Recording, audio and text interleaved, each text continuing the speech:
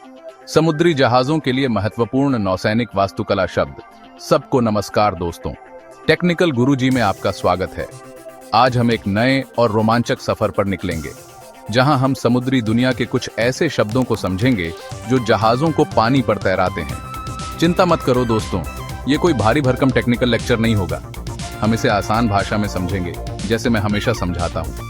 तो तैयार हो जाइए, आज हम सीखेंगे नौसैनिक वास्तुकला के बारे में, वो भी सिर्फ 10 मिनट में। दोस्तों, सबसे पहले बात करते हैं घनत्व की। घनत्व एक ऐसा गुण है जो किसी वस्तु के द्रव्यमान और आयतन के अनुपात को दर्शाता है। ये तो आपने स्कूल में पढ़ा ही होगा, लेकिन क्या आपने कभी सोचा है कि ये हमारे दैनिक जीवन में कितना महत्वपूर्ण है? लेकिन यहाँ ये जानना जरूरी है कि जहाजों के लिए ये कितना महत्वपूर्ण है। जहाजों का निर्माण करते समय घनत्व का ध्यान रखना बहुत आवश्यक होता है। घनत्व का मतलब होता है कि किसी चीज में कितना पदार्थ भरा हुआ है। ये मापता है कि किसी वस्तु में कितनी मात्रा में द्रव्यमान भरा हुआ है। मान लीजिए आपके पास 1 किलो रुई है और 1 किलो लोहा। दोनों का वजन तो बराबर है, लेकिन दोनों का घनत्व अलग अलग है। दोनों का वजन तो बराबर है, लेकिन लोहा ज्यादा भारी लगेगा क्योंकि उसका घनत्व ज्यादा है। इसका मतलब है कि लोहे में रुई की तुलना में अधिक द्रव्यमान भरा हुआ है। जहाजों के मामले में अगर जहाज का घनत्व पानी के घनत्व से ज्यादा हुआ तो वो डूब जाएगा। इसलिए जहाजों का घनत्व पानी से कम रखना बहुत जरूरी है। इसीलिए जहाज बनाने में इस बात का खास ध्यान रखा जाता है। जहाजों का निर्माण इस तरह से किया जाता है कि उनका घनत्व पानी से कम हो। अब आप सोच रहे होंगे कि लोहे का जहाज पानी में कैसे तैरता है। ये एक बहुत ही रोचक सवाल है। ये तो डूब जाना चाहिए, लेकिन ऐसा नहीं होता। यही तो नौसैनिक वास्तुकला का कमाल है दोस्तों। जहाज का डिजाइन ऐसा होता है कि वह पानी में तैर सके। जहाज का डिजाइन ऐसा होता है कि उसके अंदर बहुत सारी खाली जगह होती है, जिससे उसका घनत्व कम हो जाता है और वो पानी पर तैरता रहता है। इस प्रकार घनत्व का सही उपयोग करके हम भारी भरकम जहाजों को भी पानी में तैरने में सक्षम बना सकते हैं। ये विज्ञान और इंजीनियरिंग का एक अद्भुत उदाहरण है। अब बात करते हैं सापेक्ष घनत्व की। सापेक्ष घनत्व एक महत्वपूर्ण अवधारणा है, खासकर जब हम पानी और अन्य तरल पदार्थों में वस्तुओं के व्यवहार को समझने की कोशिश करते हैं। यह समझने में और भी आसान है। सापेक्ष घनत्व हमें यह बताता है कि कोई वस्तु पानी की तुलना में कितनी भारी या हल्की है। सापेक्ष घनत्व हमें बताता है कि कोई चीज पानी से कितनी भारी या हल्की है। यह अवधारणा विशेष रूप से जहाज निर्माण और नौवहन में महत्वपूर्ण है। मान लीजिए हम पानी के सापेक्ष घनत्व को 1 मानते हैं। इसका मतलब है कि पानी की घनत्व को आधार मानकर हम अन्य वस्तुओं की तुलना कर सकते हैं। अगर किसी चीज का सापेक्ष घनत्व 1 से कम है तो वो पानी पर तैरेगी। इसका मतलब है कि वह वस्तु पानी से हल्की है और इसलिए वह सतह पर रहेगी। अगर ज्यादा है तो डूब जाएगी। इसका मतलब है कि वह वस्तु पानी से भारी है और इसलिए वह नीचे चली जाएगी। साधारण शब्दों में कहें तो अगर कोई चीज पानी से हल्की है तो वो ऊपर रहेगी और अगर भारी है तो नीचे चली जाएगी। यह सिद्धांत हमें यह समझने में मदद करता है कि वस्तुएं पानी में कैसे व्यवहार करती हैं, और अगर भारी है तो नीचे चली जाएगी। यह सिद्धांत हमें यह समझने में मदद करता है कि वस्तुएं पानी में कैसे व्यवहार करती हैं। जहाज बनाने वाले इंजीनियर हमेशा इस बात का ध्यान रखते हैं कि जहाज का सापेक्ष घनत्व 1 से कम रहे, ताकि वो सुरक्षित रूप से पानी पर तैरता रहे। यह सुनिश्चित करने के लिए वे जहाज के आकार, बनावट और इस्तेमाल होने वाले मटेरियल का बारीकी से चुनाव करते हैं, ताकि वो सुरक्षित रूप से पानी पर तैरता रहे। यह सुनिश्चित करने के लिए वे जहाज के आकार, बनावट और इस्तेमाल होने वाले मटेरियल का बारीकी से चुनाव करते हैं। इसके लिए वो जहाज के आकार, बनावट और इस्तेमाल होने वाले मटेरियल का बारीकी से चुनाव करते हैं। इस प्रकार सापेक्ष घनत्व की अवधारणा न केवल वैज्ञानिक दृष्टिकोण से महत्वपूर्ण है, बल्कि व्यावहारिक अनुप्रयोगों में भी इसका महत्वपूर्ण स्थान है। दोस्तों, अब समझते हैं विस्थापन क्या होता है। विस्थापन एक महत्वपूर्ण सिद्धांत है जो समुद्री जहाजों के डिजाइन और संचालन में बहुत मायने रखता है। जब कोई जहाज पानी में उतरता है तो वो अपनी जगह पानी को हटाता है, यानी विस्थापित करता है। यह प्रक्रिया जहाज के पानी में तैरने के लिए आवश्यक है। जितना ज्यादा पानी हटता है उतना ही ज्यादा विस्थापन होता है। यह विस्थापन जहाज के आकार और उसके भार पर निर्भर करता है। विस्थापन को मापने के लिए हम टन का इस्तेमाल करते हैं। यह माप हमें बताती है कि जहाज कितना भारी है और कितना पानी विस्थापित कर रहा है।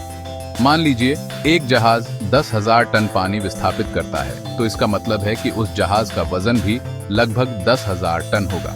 यह जानकारी जहाज की वहन क्षमता और स्थिरता के लिए महत्वपूर्ण है।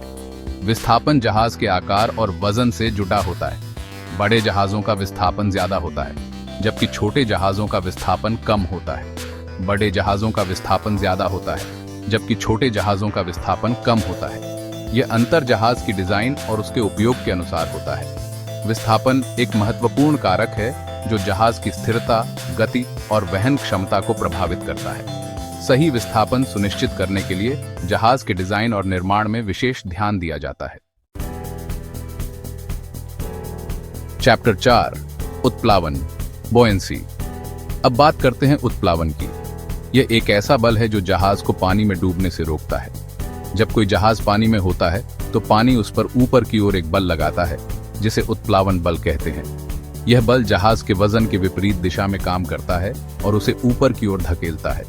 अगर उत्प्लावन बल जहाज के वजन से ज्यादा हुआ तो जहाज तैरेगा, अगर कम हुआ तो डूब जाएगा। उत्प्लावन बल जहाज के आकार, बनावट और पानी में डूबे हुए हिस्से पर निर्भर करता है। Chapter 5 trim. ट्रिम दोस्तों, ट्रिम का मतलब होता है जहाज का संतुलन। ये जहाज के आगे के हिस्से यानी बो और पीछे के हिस्से यानी स्टर्न के बीच के अंतर को दर्शाता है। अगर जहाज का बो पानी में ज्यादा गहराई तक डूबा हुआ है तो हम कहते हैं कि जहाज बो हैवी है। अगर स्टर्न ज्यादा गहराई तक डूबा हुआ है तो जहाज स्टर्न हैवी है। एक आदर्श स्थिति में जहाज का ट्रिम बिल्कुल संतुलित होना चाहिए, यानी बो और स्टर्न दोनों पानी में समान गहराई तक डूबे हुए होने चाहिए। अगर ट्रिम संतुलित नहीं होगा तो जहाज का संचालन मुश्किल हो सकता है और दुर्घटना का खतरा भी बराज सकता है। चैप्टर 6 दबाव का केंद्र, सेंटर ऑफ प्रेशर। दोस्तों, जब कोई जहाज पानी में होता है तो पानी उसके चारों ओर दबाव डालता है। दबाव का केंद्र वह बिंदु होता है जहां पर यह सारा दबाव केंद्रित होता है। यह बिंदु जहाज के आकार, बनावट और पानी में डूबे हुए हिस्से पर निर्भर करता है। दबाव का केंद्र जहाज की स्थिरता के लिए बहुत महत्वपूर्ण होता है। अगर दबाव का केंद्र गुरुत्वाकर्षण के केंद्र से ऊपर हुआ तो जहाज अस्थिर हो सकता है और पलट सकता है। इसीलिए जहाज बनाने वाले इंजीनियर हमेशा इस बात का ध्यान रखते हैं कि दबाव का केंद्र गुरुत्वाकर्षण के केंद्र से नीचे रहे ताकि जहाज स्थिर रहे।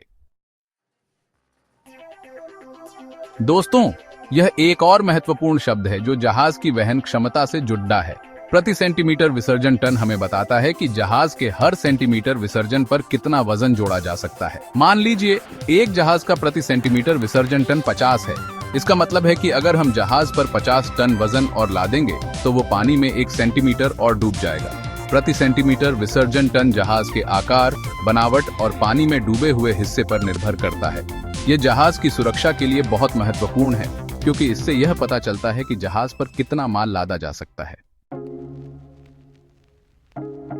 दोस्तों, आरक्षित उत्प्लावन जहाज की सुरक्षा के लिए एक बहुत ही महत्वपूर्ण अवधारणा है। यह जहाज के डूबने से पहले उपलब्ध अतिरिक्त उत्प्लावन है। मान लीजिए एक जहाज का कुल उत्प्लावन 10,000 टन है और उसका वजन 8,000 टन है, तो उस जहाज का आरक्षित उत्प्लावन 2,000 टन होगा। यह आरक्षित उत्प्लावन जहाज को अप्रत्याशित परिस्थितियों जैसे तूफान, लहरों के थप्पेड़े या माल के खराब होने से डूबने से बचाता है। आरक्षित उत्प्लावन जितना ज्यादा होगा, जहाज उतना ही सुरक्षित होगा। दोस्तों, गुरुत्वाकर्षण का केंद्र वह बिंदु होता है जहां पर जहाज का कुल वजन केंद्रित होता है। यह बिंदु जहाज के आकार, बनावट और उस पर लदे हुए माल के वितरण पर निर्भर करता है।